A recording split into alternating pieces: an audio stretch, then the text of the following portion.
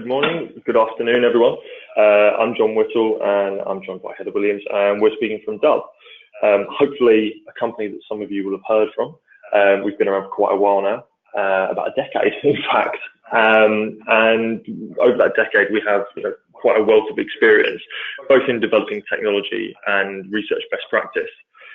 And we decided at the end of that 10 years to really have a look at the industry as it is now, observe how needs have changed and how technology has advanced. And we felt that we could perhaps bring our expertise to bear in producing a new product that would speak to the needs of qualitative researchers in a way that wasn't currently really satisfied. And on the surface, needs are quite apparent. Everyone wants good, reliable tech that's easy to use, that doesn't cost the earth, and lets participants interact with the researcher in a seamless way. But it doesn't really do justice to the complexity of the challenges that a qualitative researcher faces. I mean, in fact, as we started to look around at the tech that we use, we realized that perhaps many providers have yet to grasp what true qualitative work really is. And so because of this, they've been unable to satisfy the demands of their user group entirely, an issue which is perhaps compounded by the fact that qual researchers seem to themselves be rarely asked what it is that would help them to do their jobs, or even, take the time to speak up. So we thought it was really time to change that. And we knew that the best technology, of course, was built when the end user is considered at every stage. And that to truly maximize mobile, we needed to place qual research at the core of what we did. So to do this, for our user testing, we interviewed researchers from far and wide across many industries. And this webinar explores these answers and highlights some wider issues within our industry that were uncovered. As I said, I'm joined by Heather Williams, who's actually part of that testing and development. And Heather is a digital qual specialist. Hello, everyone. Thanks for having me. So one of the things that was an overarching point that we wanted to speak about before we really delved into the truths, and was kind of a side point, but something I thought was important, as I put here, qualitative researchers like snowflakes, partly because they're unique and also because they're in a flurry, which is a joke that I've said so many times now that Heather really enjoys it, I think. Well, and John is the Batman snowflake here, so. Yeah, I apologize for that.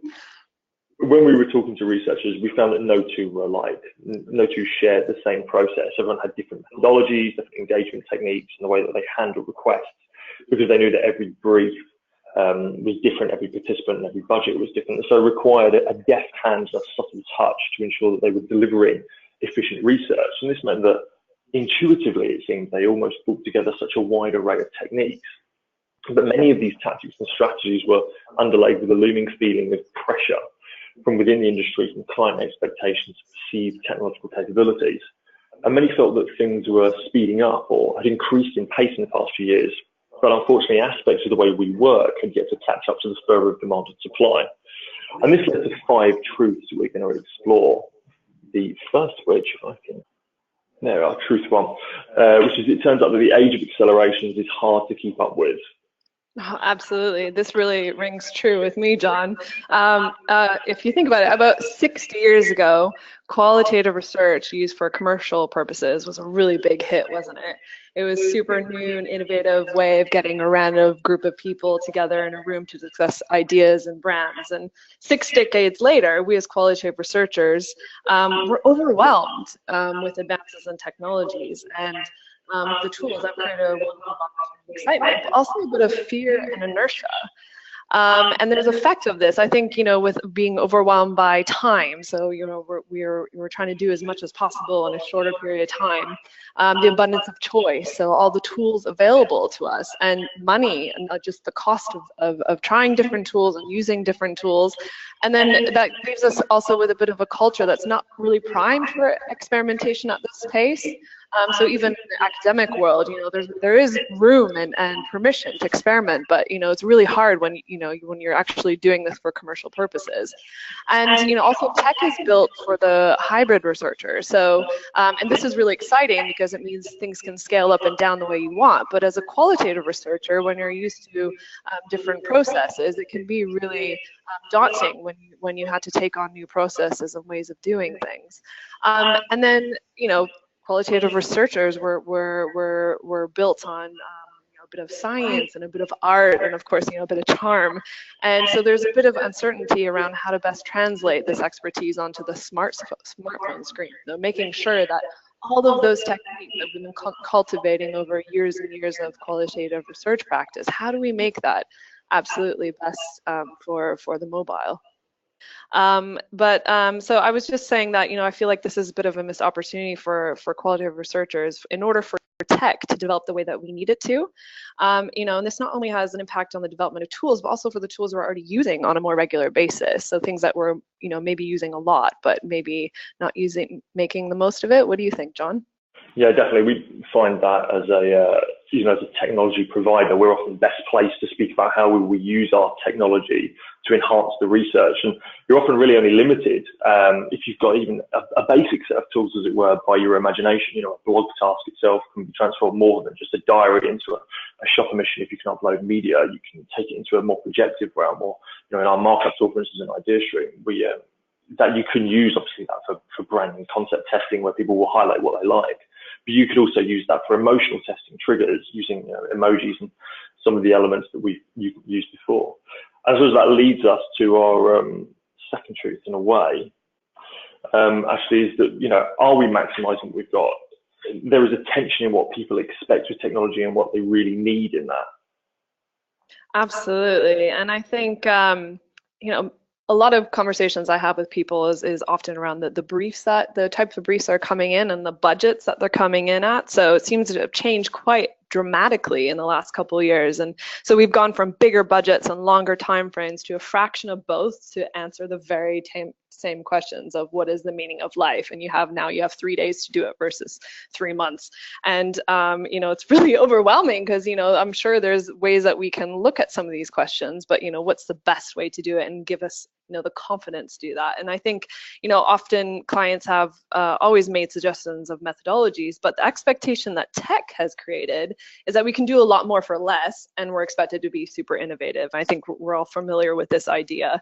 But, it also suggests that requirements, expectations of how we run research projects are changing too. So it's great that there's this openness and, this desire from everyone to kind of look at how we can enhance tech and maximize tech in our research. But, I think there's still a bit of an imbalance that's been created. So, clients, they want partner agencies to catch them to succeed, but are we really living up to their expectations? And on the other side, well, of course, as a researcher, it goes both ways. So, there's a bit of risk associated with this for us because, we want to propose a flashy tool, but sometimes, the truth is that it's not actually possible in the end. So, and that's usually around what exactly can we get out of that tool, and that's something a researcher asks as well as a client. And then also the rise of consultancy in tech companies, that's something that I've started to see as well. So a lot of really interesting, innovative technologists, they're building some great tools, but they're finding it hard to gain traction. And clients are more aware of what's out there. And so now, rather than, finding really great partner agencies who can experiment with them, they're actually starting to develop their own consultancies as a result. Of course, and with so much tech that's being around, it means that researchers, of course, faced with so much choice, consultants or otherwise, they're having to sideline and make quite important decisions with quite large ramifications. Absolutely. And I think, many times a brief would benefit from more than one piece of software. So sometimes we want to look at claimed behavior, but we also want to look at the more subconscious thing or the passive behaviors. And when you start adding all this together, you end up with some harsh realities. So it ends up being too expensive. So you can't do it for, the entire brief.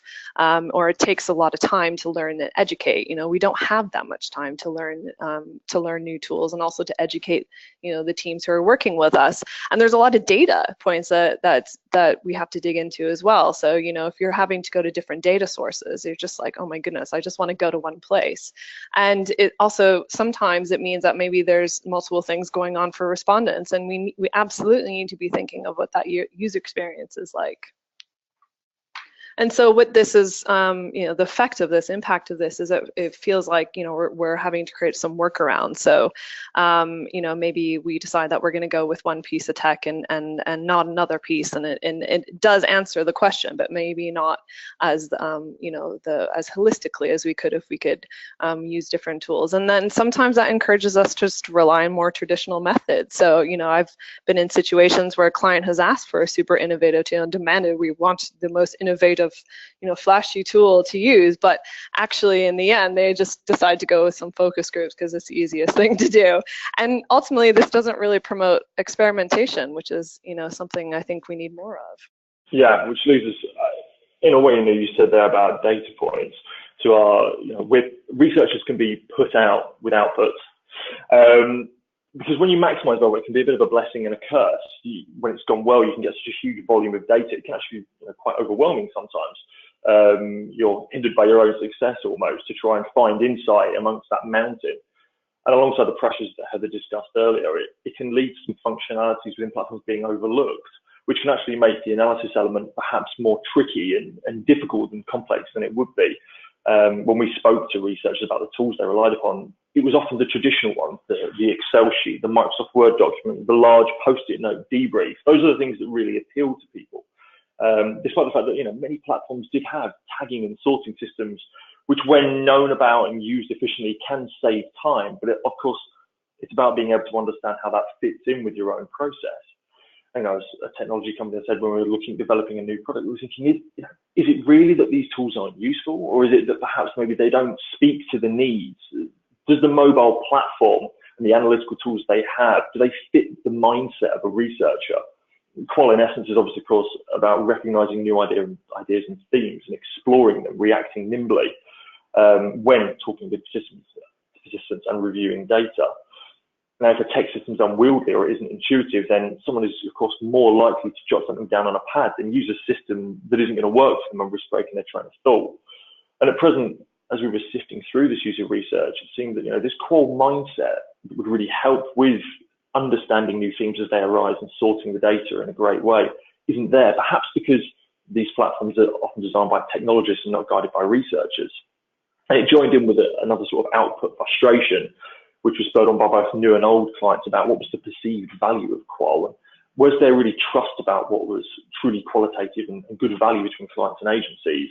And all of that came to a head in the idea of what is a good report, what does it actually look like. A common complaint was that people get asked for doing large volumes of PowerPoints, but they feel that they'd never actually be used. If there was more trust in qualitative research, if a discourse and a language was shared between the clients and the researchers, then actually maybe there wouldn't need to be 150-page PowerPoints. You could deliver the insights that you found in a much quicker and more effective way, which kind of brings us again to our fifth truth. Do you want to explain that one, Heather? Yeah, so I think a lot of us can relate to the struggle to fully explain digital qual methods to clients, and this makes it harder to sell in tech. And I think you kind of covered all these some of these points already when we're talking about data, but also kind of the technical aspects that I was speaking about earlier as well, and how that makes it hard.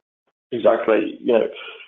There is underlying all of this is the idea of trust and sharing a language that will allow between technologists to build useful information, useful tools that will help the researchers, that the researchers could then take to clients, and it will be more appealing to everyone involved. Because clients, of course, when there is new technology that perhaps the researchers haven't always had the chance to use, they're going to be risk averse to using that in a live project. But as we said, developing some time and experimenting with those technologies, talking to the technologists who, having been from a technologist company, we like it when people talk to us, when researchers come to us and say, hey, this is, have you got this? This is something we're thinking about. This is something we need. It gives better growth in the industry and helps us share ideas in a way that is more innovative and iterative, which ultimately are the sort of the underpinning ideas of what qualitative research should be. Wow, those are some harsh truths, John. Is it all doom and gloom, though?